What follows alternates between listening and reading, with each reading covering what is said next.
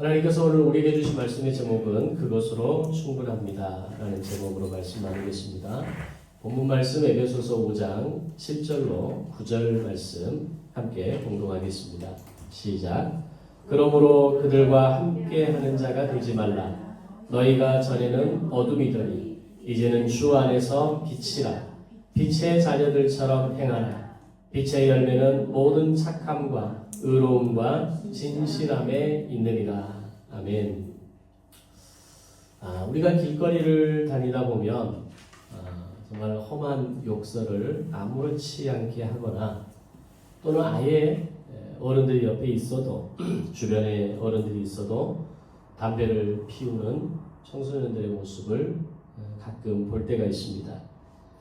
이런 모습을 보는 사람들의 어른들의 생각 속에 일어나는 첫 번째 반응은 정말 큰일이다.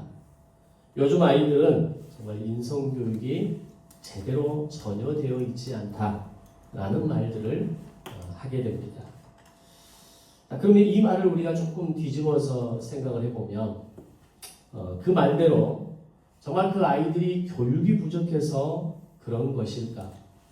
그리고 그 아이들에게 정말 인성교육을 잘 시키면 그들은 정말 제대로 잘 변화할 수 있는 것일까? 라는 생각을 한번 뒤집어 해보게 됩니다. 여러분 생각은 어떻습니까? 교육을 잘 시키면, 인성교육을 제대로 잘 하면 그들이 변화될 수 있다. 그들에게 교육이 부족해서 그렇게 되었다라고 생각하십니까? 저는 이 말에 전적으로 동의가 되지 않습니다. 왜냐하면 인간은 절대로 교육을 통해서 변하는 존재가 아니기 때문입니다. 물론 어느 정도의 교육적 기반은 필요하고 어떤 그 교육의 과정을 통해서 그래도 그나마 아주 적은 소수의 몇 퍼센트 정도는 인성이 다듬어지기도 하고 또는 어떤 인격으로 세워져 가는데 중요한 받침이 될 수는 있습니다. 그러나 교육을 통해서 한 인간이 건강한 인성을 가지고 제대로 변화되어지고 성장하기는 어렵다는 겁니다. 쉬운 예로 윤리적인 사람과 윤리시험을 잘 치르는 사람은 다릅니다. 인성교육은 윤리시험을 잘 볼 수 있도록 도울 수는 있지만 그 사람을 윤리적인 사람으로 만들 수는 없는 겁니다. 아마 대한민국의 한국교회의 한국 교육이 바로 그런 차원에서 어쩌면 교육을 지나치게 강조하고 또는 그 교육에 대한 부모들의 어떤 그 지나친 욕심 또는 성공주의에 편승된 그 교육에 대한 열정이 어쩌면 우리 아이들의 인성을 그렇게 무너지게 만들었고 또 한국 교육이 위태하게 되어진 아주 중요한 영역의 역할을 했다라고 생각을 합니다. 자, 그러면 인성은 과연 어떻게 해야 만들어지는 것일까요? 어느 정도의 교육이 반드시 필요할 수는 있겠지만 인성은 교육이 아닌 전혀 다른 것을 통해서 다른 곳에서 만들어진다는 것을 알아야 합니다. 그러면 우리의 인성은 과연 어디서 만들어지는 것일까요? 바로 인성은 인간과 인간 사이에서 만들어지는 것이다 라고 저는 말하고 싶습니다.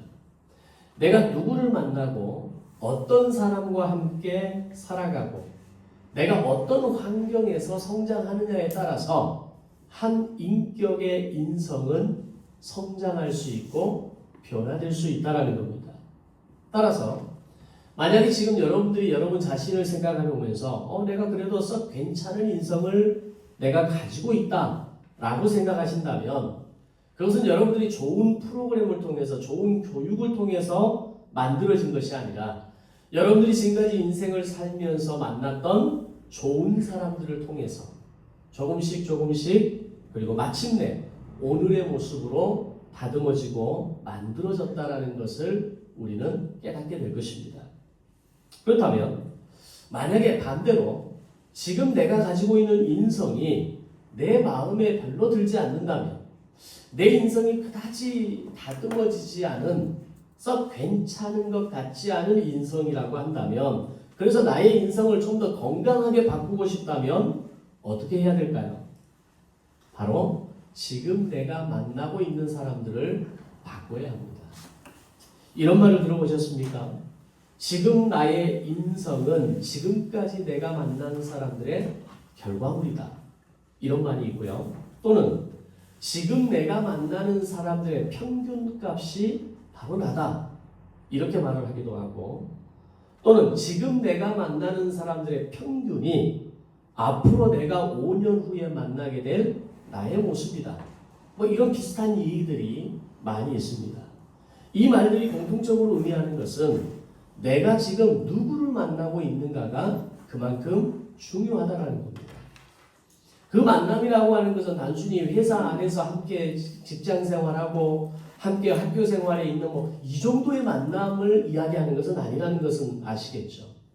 뭔가 내 마음을 주고받고 삶의 영향력을 주고받고 그 사람이 가지고 있는 가치관이 나에게 어떤 중요한 영향을 줄 수 있는 그런 어떤 깊이와 수준의 만남이 오늘 내가 만나는 만남 가운데 중요하다라는 이야기를 하고 있는 겁니다. 따라서 내가 좀 더 나은 인성을 가진 사람이 되기를 원하고 현재 나의 모습을 시작으로 나의 미래의 모습을 정말 괜찮은 모습으로 갖고 가고 싶다면 지금부터 내가 만나는 사람들이 좋은 사람이어야 하고 배울 것이 있는 사람들이어야 한다는 겁니다. 제가 어느 책을 읽으면서 그런 이야기를 본 적이 있습니다. 우리가 인생을 살면서 세 종류의 사람을 만나야 된다고 이야기를 한다고 합니다. 첫 번째 사람은 나이가 있는 사람으로 내가 배울 것이 있는 사람.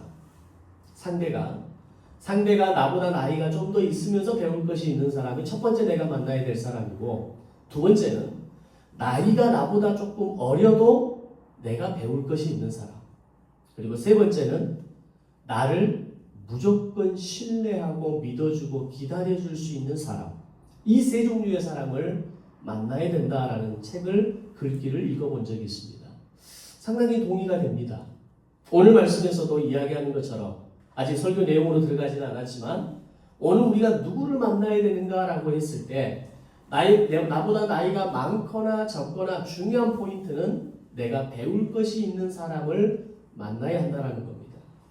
좋은 친구들을 내 곁에 오래 두는 것도 필요하고 내가 약간 올려다볼 수 있는 사람도 필요하고 비록 나보다 나이가 어릴지라도 내가 그를 통해서 배울 수 있는 것이 있고 내가 심지어 존경할 수 있는 모습까지 가지고 있다면 그 사람을 내 옆에 두는 것이 중요하다는 겁니다.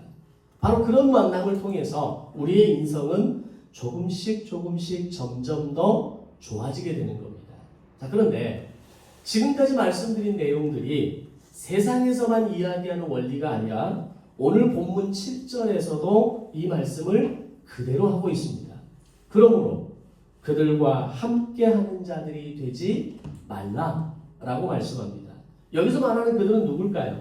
우리가 함께하지 말아야 할 행동에 대해서 이 전반절 위쪽에 있는 말씀을 보면 이런 말을 합니다. 어리석은 말을 하는 사람들, 즉 희롱하는 말과 헛된 말을 하는 사람들, 그리고 음행과 더러움과 탐욕에 속이는 자들을 성경은 멀리하라 라고 말씀하고 있다는 겁니다. 즉 말에 있어서 더럽거나 누추함과 어리석은 말을 하는 사람이거나 행동에 있어서 더럽고 음란하고 탐욕스러운 자들을 멀리하라는 겁니다. 본문은 그런 사람들에 대해서 심지어 곧 우상 숭배하는 자라고 이야기합니다. 그렇다면 성경이 왜 이런 자들을 멀리하라고 말하는 것일까요? 그들과 함께하면 나도 모르게 그들과 닮아가기 때문입니다.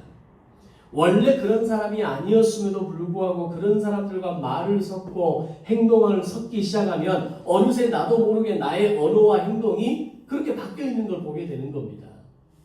내가 어느 집단에 속해 있느냐, 어느 부류의 사람들과 어울리느냐, 내가 어떤 사람들과 이야기하느냐에 따라서 언어가 달라지는 겁니다.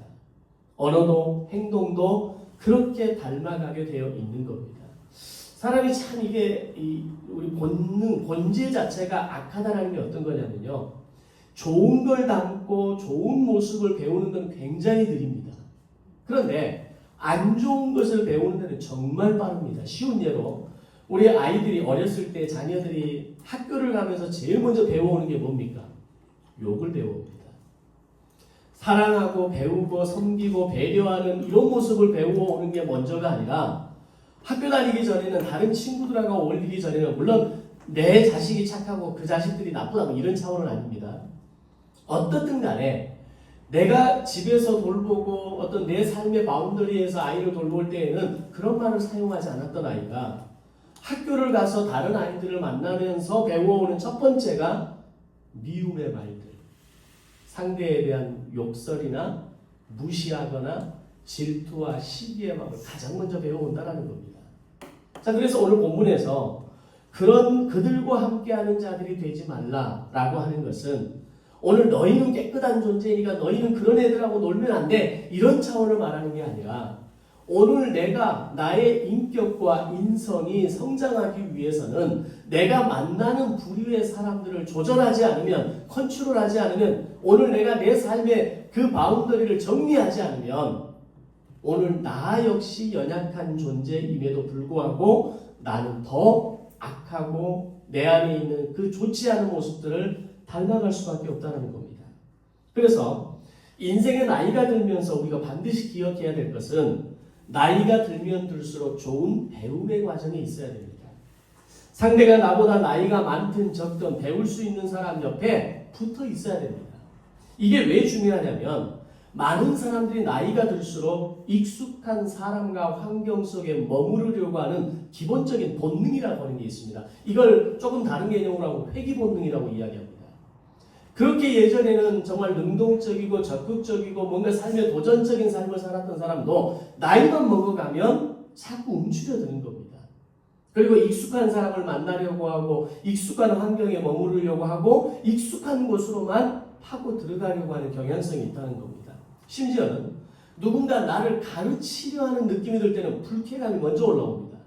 나를 가르치려고 해? 쥐가 뭔데 나한테 이렇게 말해? 이런 마음이 먼저 올라오는 겁니다. 마음이 불편해집니다. 나를 가르쳐야 하는 데에 상황이 부딪히게 되면 심지어 발끈하는 사람들도 있습니다. 만약에 그런 마음이 지금 내가 내 안에 들고 있다면 나이가 많거나 어리거나 여러분은 노인이 되어버린 겁니다. 그렇게 되면 나도 모르게 어느새 내 생활 속에서는 꼰대의 모습이 나타나기 시작합니다. 진정한 어른의 모습을 내 모습 속에서 점점 사라져버리게 만드는 겁니다. 따라서 나이가 들수록 배우는 것을 배워야 합니다. 때로는 자존심이 상하는 것 같고 정말 이렇게까지 해야 하나 싶지만 그렇게 해야 합니다. 왜? 우리에게 남은 인생의 시간이 너무 길거든요. 과거에는 우리가 인생을 살면서 정말 치열하게 열심히 직장 생활하고 한 1, 20년 살면 다 그냥 이 땅을 떠났습니다. 80세를 넘어가면 장수한다고 그랬습니다. 근데 지금은 어떻습니까? 주변에 90대가 표현이 좀 그런데 아주 많이 계십니다. 90대 100살을 앞두고 있는 노인들이 지금은 눈에 찾아보기가 너무 쉽습니다. 그럼 앞으로 저희 세대가 100세 시대가 되는 그 즈음에는 어떻겠습니까? 아주 넘치는 상황이 될 겁니다. 우리 수호는 거의 150세대 정도 될 겁니다. 120세는 기본이 될 것이고 150년을 사는 그 정도의 어떤 그 시대적인 발달들과 발전들이 아마 있을 거라고 생각합니다. 그럼 어떻게 될까요? 직장생활이 멈추어지고 모든 내 삶이 안정권으로 들어가고 내 삶이 익숙해지기 시작하는 순간 우리의 삶은 소위 노인, 꼰대의 모습으로 살아갈 수밖에 없는 겁니다.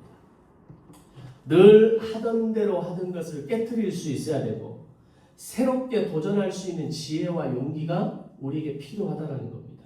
바로 그런 사람 옆에 붙어 있을 때 우리는 배울 수 있고 그의 좋은 부분들을 나도 모르게 닮아가면서 우리의 인성은 계속해서 성장해져 가게 되는 것입니다.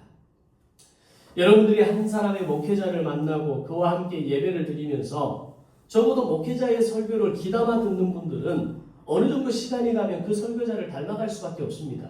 그 설교자 자체의 인격은 아직까지 약할 수는 있어도 그 설교자가 어떤 가치관을 가지고 어떻게 말씀을 보고 어떻게 우리가 살아야 합니다라고 하는 우리가 함께 이것을 고민합시다라고 하는 부분에 대해서는 저보도 닮아가게 된다는 겁니다. 목회자를 통해 주시는 그 말씀을 경청의 자세로 들을 때에 그 시간과 내용들이 쌓이고 모여지면서 철학과 생각과 삶의 가치관을 닮아가게 되어 있는 겁니다. 따라서 여러분의 삶의 지경 가운데 정말 좋은 사람과 좋은 시간과 좋은 만남들을 많이 가지시는 그런 기회가 여러분들에게 준비되어지는 은혜가 있으시기를 주님의 이름으로 축복합니다. 이런 말을 들어보셨을 겁니다. 그 자녀를 보려면 그 부모를 봐야 한다는 말이 있습니다. 나는 절대로 우리 엄마 아빠처럼 안 살 거야 라고 말했던 사람들이 나중에 보면 그들의 부모와 똑같은 인생을 삽니다. 며느리가 시어머니를 바라보면서 나는 절대 우리 어머니처럼 안 할 거야. 나는 절대 내 며느리, 다음에 며느리가 생기면 내 며느리를 우리 시어머니가 했던 것처럼 나는 안 할 거야 라고 했던 사람마저도 나중에 보면 그의 시어머니가 자신에게 했던 모습을 똑같은 모습으로 며느리를 대하고 있는 모습을 보게 됩니다. 이유가 뭘까요? 상대에 대한 불편한 마음이 계속 쌓여가면서 매일 생각하고 매일 바라보니까 결국 자신마저도 가장 싫어했던 그 모습을 어느 날 돌아보니까 닮아있게 되더라는 겁니다. 그렇다면 내가 좋은 사람이 되기 위해서 좋은 사람을 만나고 그 결과로 좋은 인성이 만들어지는 것이 정말 가능한 것이라면 여기서 중요한 질문을 우리가 스스로에게 해볼 필요가 있습니다. 우리가 주님을 만나면 과연 어떤 일이 나에게 일어나게 되는 것일까요? 아니 사람을 만나도 좋은 사람을 만나고 배울 것이 있는 사람을 만나고 정말 인생에 나에게 도움이 되고 배려가 되고 덕이 되는 사람을 만나도 이렇게 사람이 변한다는데 주님을 내 인생에 만나면 과연 오늘 우리의 인생은 어떻게 바뀌겠느냐라고 하는 겁니다. 내가 좋은 사람을 만나고 그와 함께하는 시간만큼 내 인생에 도움이 된다면 내가 주님을 만나게 되면 정말 나에게 크고 놀라운 일이 일어나지 않겠느냐라는 겁니다. 그것이 무엇인가를 생각해 보면 오늘 주제에 맞춰서 하나를 이야기해 드리면 바로 인성보다 한 단계 더 위에 있는 신성을 만나게 됩니다. 신의 성품, 신령한 성품이 오늘 내 안에 만들어지게 된다는 겁니다. 다시 말하면 믿음 좋은 하나님의 거룩한 백성들을 만나게 되면 나의 인성과 믿음이 자라는 데 도움이 받을 뿐만 아니라 내가 내 인생에 주님을 만나게 되면 그 인성의 수준을 뛰어넘어서 신령한 성품, 신성을 닮아가게 된다는 겁니다. 아멘. 이런 믿음의 이 확신이 오늘 우리에게 필요한 겁니다. 신령한 성품이라는 말의 의미는 우리가 어떤 믿음 좋은 사람을 바라보면서 야, 저 사람 참 믿음 좋아 이런 말을 하는 정도가 아니라 그 이상의 진짜 괜찮은 건강한 믿음을 가진 사람을 만나게 되고 바로 그 사람이 내가 될 수 있다는 얘기입니다. 그럼 주님을 만난다는 건 뭘 말할까요? 이 말도 우리가 굉장히 추상적으로 사용하는 말 중에 하나입니다. 우리가 주님을 만나야 합니다. 주님을 우리가 만나야 인생이 변합니다. 주님을 만나면 오늘 말씀에서도 우리가 인성을 뛰어넘어 신성을 닮아가게 됩니다. 라고 말하는데 주님을 만나는 게 과연 뭐냐라는 겁니다. 베드로후서 1장 2절 4절에 보면 하나님과 주 예수를 알므로 신의 성품에 참여하게 된다라는 말씀이 나옵니다. 즉 우리가 주님을 만난다라는 것은 그래서 우리가 신성을 갖춘다는 것은 하나님과 주 예수를 더 알아감에 대한 결과라는 겁니다. 오늘 마지막 찬양에서 우리가 하나님을 아는 것이 얼마나 중요한 것인지에 대해서 찬양의 고백을 통해 함께 드렸습니다. 우리가 주님을 만난다라는 것은 그냥 이 자리에 앉아 있는 게 주님을 만나는 게 아닙니다. 내가 삶을 살아가면서 주님을 만난다는 것이 내가 하나님을 믿는 사람입니다. 내가 그리스도인입니다. 라고 하는 의식을 가지고 있는 것만이 주님을 만나는 것이 아니라는 겁니다. 주님을 만난다라는 것은 하나님과 우리 주 예수 그리스도를 아는 것이 주님을 만나는 겁니다. 우리가 설교를 들으면서도 하나님을 아는 것에 포인트가 있어야 되고 우리가 성경을 읽어 내려가면서도 하나님을 알아가는 것에 포인트가 있어야 되고 좋은 사람을 만날 때에도 하나님을 아는 것에 좋은 풍경을 만나고 좋은 자연 속에 있을 때에도 그 만남과 풍경 속에 하나님을 알아가는 포인트가 있어야 한다는 겁니다. 물론 우리가 좋은 곳에 가면 사진을 찍고 뭐 풍경 사진을 찍고 나를 배경으로 나를 그 자연 속에 담아서 사진을 찍는 거 중요합니다. 그러나 그보다 더 중요한 것은 그 풍경 속에, 그 자연 속에, 그 섭리 속에, 그 만남 속에 하나님의 임재와 하나님의 함께하심과 하나님의 나의 주인이심을 볼 수 있는 깨달음이 필요하다는 겁니다. 그렇게 하나님을 알아가는 태도와 자세로 설교를 듣고 성경을 읽고 믿음의 사람들을 만나고 아름다운 자연을 보게 되면 나도 모르게 하나님의 성품을 닮아가게 되는 겁니다. 늘 생각하고 늘 바라보고 늘 묵상하면 그것이 내 몸에 배어 있는 겁니다. 마치 우리 엄마 아빠처럼 나는 안 살 거야, 우리 시어머니처럼 나는 안 살 거야 라고 말하는 건 마치 그들을 내 머릿속에 묵상하는 겁니다. 그러나 이 묵상의 대상을 바꾸어서 하나님이 그 말씀 속에, 하나님이 그 성경 속에, 하나님이 그 만남과 자연 속에 있다는 것을 깨닫게 될 때 우리는 그 시간을 통해서 하나님을 알아가게 되는 겁니다. 근데 많은 사람들이 설교를 듣거나 성경을 읽을 때 오해와 착각의 태도와 자세를 가지는 게 있습니다. 은혜 받는 게 목적이 되면 안 됩니다. 감동을 받는 게 좋은 설교라고 생각하면 안 됩니다. 성경을 읽도가는 것이 내 만족, 내 열심으로만 되어진다면 절대로 그 단계에서는 하나님을 알아가는 것이 쉽지 않다는 겁니다. 설교를 들을 때에도 성경을 읽어 내려갈 때에도 그 만남과 상황과 사건과 시간 속에서 하나님을 알아가는 것이 가장 필요한 우리의 결단이어야 하고 우리의 중심이어야 한다는 것을 말씀드립니다. 또한 베드로후서 1장을 계속해서 읽어가보면 하나님께서 우리를 부르신 이유에 대해서 이렇게 말씀합니다. 내가 너희를 부른 것은 너희와 함께 교제하고 싶어서인데 이를 통해 너가 너희의 성품이 신의 성품이 되기를 원한다라고 말씀합니다. 즉 하나님이 오늘 우리와 만나기를 원하시고 하나님께서 오늘 우리를 향해서 기대하고 계시는 가장 중요한 것은 뭐냐면 내가 너희와 교제하고 싶다는 겁니다. 교제를 하면 어떻게 됩니까? 서로를 알아가게 되는 거죠. 우리 소희자매가 조무 형제와 결혼하기까지 서로를 만나가고 서로를 알아가고 그 알아감에 대한 확신이 있을 때 결혼을 결정한 거 아닙니까?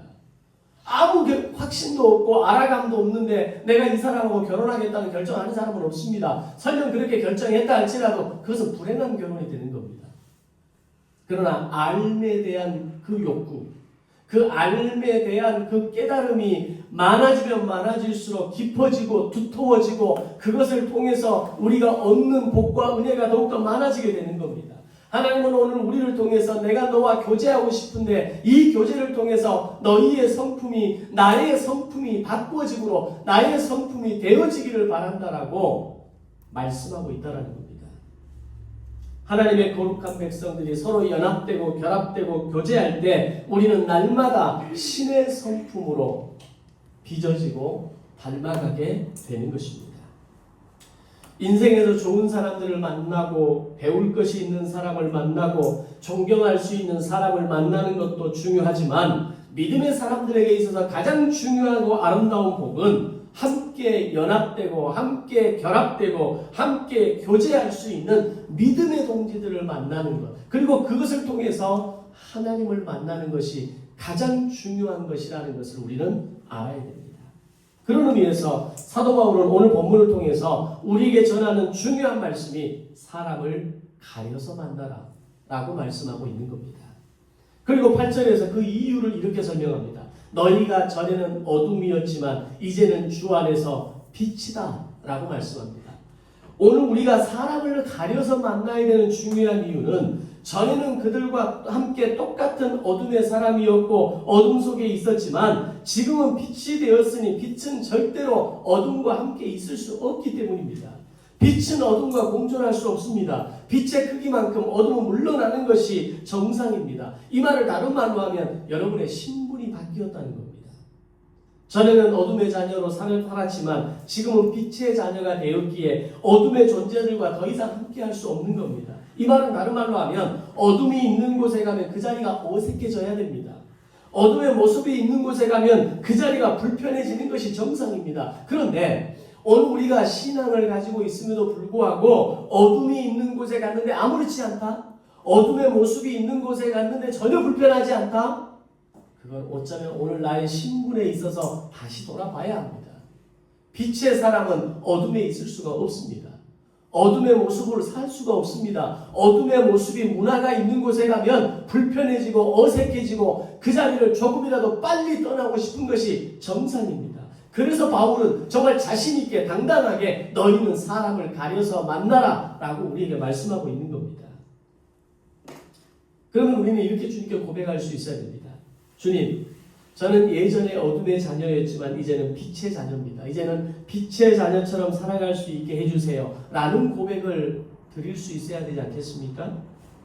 그런데 실제로 많은 그리스도인들이 내가 빛의 자녀임을 인지하고 당당하게 빛의 자녀라고 고백하는 게 쉽지 않습니다.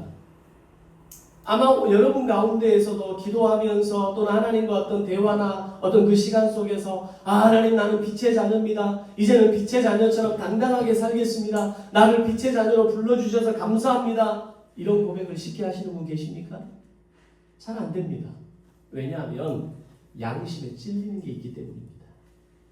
성경은 아무리 우리에게 너는 빛이다, 너는 빛의 자녀다 라고 말씀하지만 자신을 쳐다보고 아무리 들여봐도 빛 같지 않은 모습을 내가 갖고 있다는 것을 누구보다 잘 알고 있기 때문입니다. 오히려 빛보다는 어둠과 더 닮아 있는 모습을, 물론 전체가 그러진 않지만 어떤 영역에 있어서 빛보다 어둠 같은 모습이 내 안에 있다는 것을 우리 자신은 너무나도 잘 알기 때문입니다. 그럼 이런 현상이 일어나는 이유가 뭘까요? 분명히 하나님은 우리에게 너희는 빛이다라고 말씀하시고 나를 향해서 너는 빛의 자녀라고 말씀하셨음에도 불구하고 여전히 나를 들여다보면 어둠의 존재처럼 보이고 여전히 어둠의 자식인 것 같고 여전히 어둠의 문화를 좋아하는 것 같은 그렇게 생각하는 이유가 뭐냐라는 겁니다. 이게 굉장히 중요한 부분입니다. 잘 들으셔야 됩니다.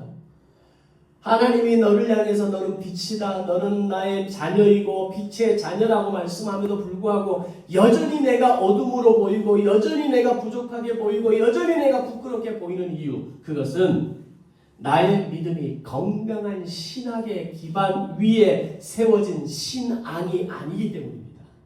건강한 신학 위에, 건강한 말씀 위에 신앙이 세워져야 하는데 건강하지 못한 신학 또는 신앙이 뭔지도 모르는 상태에서 그저 예수 믿으면 천국 가고 예수 믿음으로 내가 빛이 되었다라고 말하는 그 신앙만 가지고 있으니까 들을 때는 아멘 하는데 나를 들여다보면 노맨이 되는 겁니다. 받아들여지지가 않는 겁니다. 양심에 자꾸 찔립니다. 부끄러운 내 모습만이 보이는 겁니다. 이 말을 조금 더 쉽게 설명해 드리겠습니다. 너희가 전에는 어둠이더니 이제는 빛이다 라고 말씀하시는데 이제는 빛이다 라는 말씀 앞에 뭐가 붙어 있는지 잘 봐야 됩니다. 뭐가 붙어 있습니까? 주 안에서 라는 말이 붙어 있습니다. 우리는 그냥 빛이 아니라 주 안에서 빛이 되는 존재입니다. 이 말씀이 의미하는 것은 우리가 전에는 탑욕에 쩔어 살다가 힘들고 괴롭고 어려우면 술로 자신을 괴롭히면서 살다가 이제 그렇게 살지 않는 사람이 되었다는 뜻이 아닙니다. 예전에는 엉망진창으로 내가 하고 싶은 대로 살다가 내 필대로 감정대로 느낌대로 살다가 이제는 내가 변해서 교회 잘 다니고 있습니다 라는 말이 아닙니다. 너희가 전에는 어둠이더니 지금은 빛이 되었다는 말씀은 너희가 전에는 예수님과 상관없는 삶을 살았는데 이제는 예수님 안에 있는 사람이 되었다. 주님을 영접한 믿음의 사람이 되었다. 이 뜻입니다. 전자로 생각을 하니까 내 안에 여전히 방탕한 내 모습이 있고 내 안에 쾌락을 쫓아가는 모습이 있고 내 안에 성공주의가 남아있고 내 안에 누군가를 미워하고 질투하고 시기하는 모습이 여전히 남아있으니까 왜 내가 여전히 이런가 라고 생각하니까 나는 빛의 자녀라고 인정하기가 쉽지 않은 겁니다. 그런데 주 안에서 빛이 되었다라는 이 말씀은 너희가 이제는 그렇게 살지 않으니까 빛이다가 아니라는 겁니다. 전에는 주님과 상관없는 자였지만 이제는 주님과 상관 있는 자로 살기 때문에 너희는 빛이라는 겁니다. 아멘? 이 말이 이해되십니까? 전자는 윤리적인 겁니다. 전자는 도덕적인 삶을 얘기하는 겁니다. 전자는 윤리적으로 우리가 바뀌어야 우리가 빛의 자녀라고 이야기하는 겁니다. 그것은 복음이 아닙니다. 그러나 여전히 내 안에 시기와 질투가 남아있고 여전히 성공주의와 신앙과 이 중간 지점에서 늘 왔다 갔다 헷갈리는 인생을 살 때도 있고 여전히 괴로우면 세상의 것으로 해결하려고 하고 여전히 힘들고 어려우면 그 어떤 세상의 위로가 나에게 더 크게 다가오는 것처럼 보일 때가 여전히 남아있지만 이제는 주님과 상관 있는 자이기 때문에 주님은 나를 향해서 주 안에서 너는 빛이 되었다라고 말씀하고 있는 겁니다. 이게 신학입니다. 이 신학 위에 여러분의 신앙이 세워져야 합니다. 그래야 흔들리지 않는 겁니다. 어떻게 우리가 예수를 믿는 그 순간 바로 즉각적으로 100% 완벽한 인간으로 아주 퍼펙트한 인간으로 바뀔 수가 있습니까? 인간은 그럴 수 없습니다. 인간은 그런 존재가 아닙니다. 그럴 만한 그릇이 못 되는 겁니다. 그러나 내가 주 안에서 빛이 되었다. 내가 주님과 상관 있는 존재가 되었다라는 것을 끊임없이 깨닫고 고백하고 그것을 인지하고 그것을 내가 내 삶 가운데 이루어가기를 소망할 때 어느 날 질투의 함량이 줄어드는 겁니다.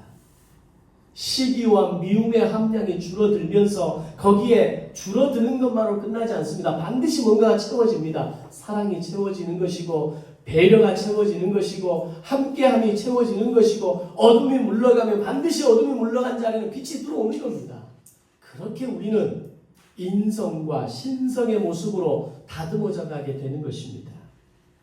그래서 이제는 빛이 되었다는 말씀 앞에 주 안에서라는 말이 왜 있는지를 이해할 때 우리는 건강한 신학 위에 건강한 신앙이 세워지는 것을 경험하게 될 것입니다.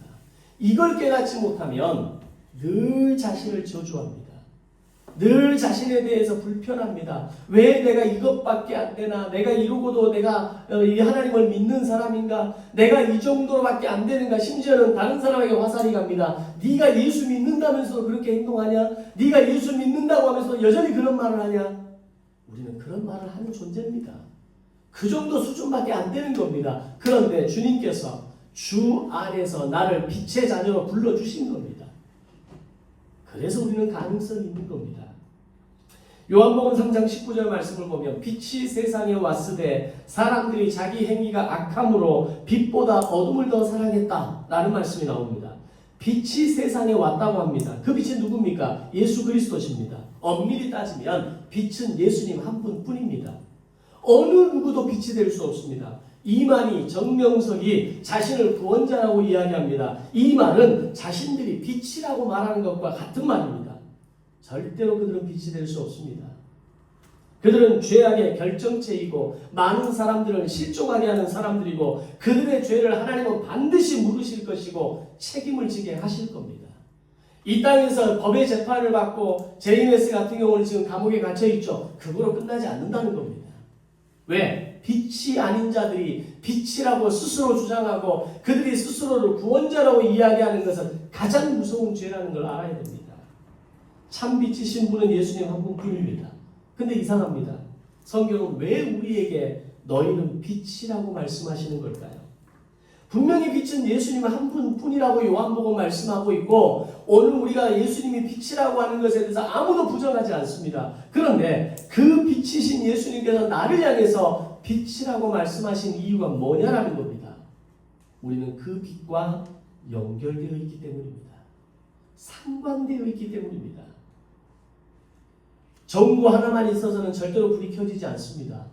그 전구는 플러스 마이너스의 전기와 연결되어질 때 빛이 들어오는 겁니다. 우리가 빛을 낼 수 있는 것은 가장 그 전기 전원의 궁극적 본질이신 하나님께 붙어 있으므로 예수님과 연결되어 있으므로 이제는 빛이 아니었지만 이제는 주 안에서 빛이 되었다라고 말씀하시는 겁니다.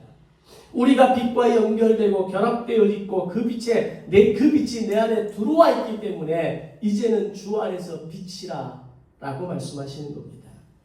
우리의 행위 가운데 빛된 행위가 있어서가 아니라 빛 대신 그분이 내 안에 계시기 때문에 우리가 빛이 되는 것입니다. 적어도 그 행위 가운데 빛이 있다라는 말 정도가 되려면 요즘 김장하 신드롬이라고 이야기하죠.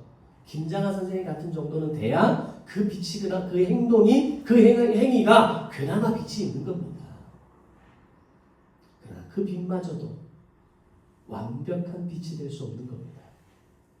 진짜 빛은 빛의 원천이고 그 발광체이신 예수님께 연결되어 있어야만 우리는 빛이 될 수 있는 겁니다. 로마서에서 말씀하는 이신칭 의의 교리도 마찬가지입니다. 우리가 의롭게 되었다고 할 때 우리가 진짜 의로운 삶을 사는 사람이 되었다, 의로운 삶을 사는 사람이 될 만큼 능력이 있다, 이 말을 하는 게 아닙니다. 우리 안에는 여전히 냄새나는 것들이 있습니다. 내가 내 자신을 너무나 잘 알기에 내 안에 여전히 탐욕과 질투와 시기가 있음을 압니다. 그런 자신을 볼 때 얼마나 혐오스럽습니까? 내가 이것밖에 안 되는가라는 느낌을 가질 때 얼마나 무너집니까? 목사는 그 무너짐이 더 큽니다. 말씀을 아예 모르고 산다면 그나마 뻔뻔할 수 있죠. 그런데 말씀을 알아갈 때마다 그 말씀이 아는 영역이 넓어질 때마다 내 안에 있는 것이 얼마나 썩어있고 내 안에 있는 것이 얼마나 냄새나고 내 안에 있는 것이 얼마나 험하고 그렇게 더러운 것인가를 누구보다 잘 아는 사람은 자신 아닙니까? 그런 자신을 알기에 너희는 빛이다 라고 말씀하실 때 아직은 아닙니다 라고 우리는 반응하는 겁니다. 아무리 예수님께서 너희는 빛이라고 말씀하셔도 우리가 여전히 이렇게 생각하고 반응하고 하는 이유가 뭘까요? 우리는 우리 자신의 가치를 측정할 때 존재가 아닌 유용성으로 측정하기 때문입니다. 좀 많이 어렵죠? 나를 존재의 개념인 being이 아닌 내가 무엇을 얼마나 했나라고 하는 doing의 관점에서 우리를 늘 본다라는 겁니다. 이걸 우리가 또 다른 말로 하면 내가 얼마나 쓸모 있는 사람인지, 내가 얼마나 효용성 있는 사람인지, 내가 얼마나 경제성 있는 사람인지를 통해서 나를 측정하려고 하니까 아직은 아닙니다 라고 말하는 겁니다. 그래서 어느 정도의 점수에 도달하지 않으면 나는 무가치한 존재라고 생각하는 겁니다. 나는 이것밖에 되지 않는다고 생각하는 겁니다. 어떤 결과를 만들어내야만 나는 당당한 존재가 된다고 생각하는 겁니다. 그런데 하나님 우리를 보시는 중요한 관점은 저와 여러분의 가치를 유용성, 효율성, 경제성의 기준에서 보시는 것이 아니라 예수 그리스도 안에서 나를 보신다는 겁니다. 성경은 계속해서 이 사실을 일관적으로 이야기합니다. 너를 보는 것은 그런 어떤 너가 어떤 일을 했느냐, 얼마나 가치가 있느냐, 얼마나 대단한 일을 했느냐, 그걸로 내가 너를 보는 게 아니야 라고 계속해서 반복적으로 말하고 있는 겁니다. 만약에 우리가 효율성과 경제성을 존재 가치의 개념으로 삼는다면 가장 효율성 없는, 가장 경제성 없는 삶을 살았던 한 사람, 가장 실패했던 인생을 살았던 한 사람은 바로 예수님입니다. 왜냐하면 자신의 전 생애를 걸고 겨우 12명 전도하고 죽으셨기 때문입니다. 그것도 12명이 완전히 변화되었나요? 아니죠. 예수님이 십자가에 죽으시고 그 이후의 상황들을 보면 제자들의 수준은 형편없었습니다. 변화된 게 아니었습니다. 사도행전의 삶을 살아가는 단계가 아닌 여전히 헷갈리고 예수님의 말씀조차도 여전히 의심하는 단계의 수준이 예수님이 십자가에 죽으셨을 그 당시의 12명의 수준이었습니다. 만약에 12명의 죽어가는 영혼, 생명을 구하는 시민 영웅으로 예수님이 죽으셨다면 의미 있는 죽음입니다. 아마 시민 영웅으로 불려졌겠죠. 그러나 그분의 전 세계를 걸고 만드는 결과물은 실수와 허점 투성이의 12명의 제자가 전부였습니다. 그럼 예수님의 인생은 완전히 실패한 인생 아닙니까? 효율성, 유용성, 경제성 이런 관점에서 볼 때 예수님은 가장 허망한 죽음을 하신 겁니다. 그러나 진정한 가치는 그런 것에 의해 측정되는 것이 아니라 성도의 가치는 오직 하나님의 이름으로 주어지는 것입니다.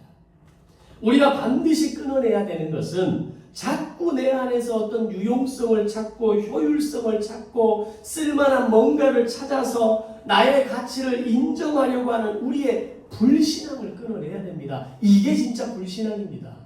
너는 나의 빛이다. 주 안에서 빛이 되었다라고 끊임없이 말씀하시는데 아이고 아직은 아닙니다. 제가 아직은 이런 연약함이 있습니다. 저는 아직 이런 존재입니다. 제 안에는 썩어 있는 것이 많습니다. 탐욕이 있고 냄새나는 게 내 안에 가득합니다. 이게 겸손이 아니라는 겁니다.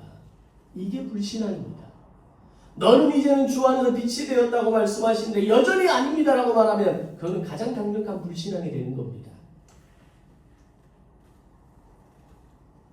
우리가 반드시 끊어내야 되는 것은 그런 내 안의 불신앙의 요소들을 끊어내고 하나님 앞에서 내가 뭔가를 해야만 하나님이 나를 인정해 주시는 것 같은 이 불신앙의 사고와 생각을 끊어내야 한다는 겁니다.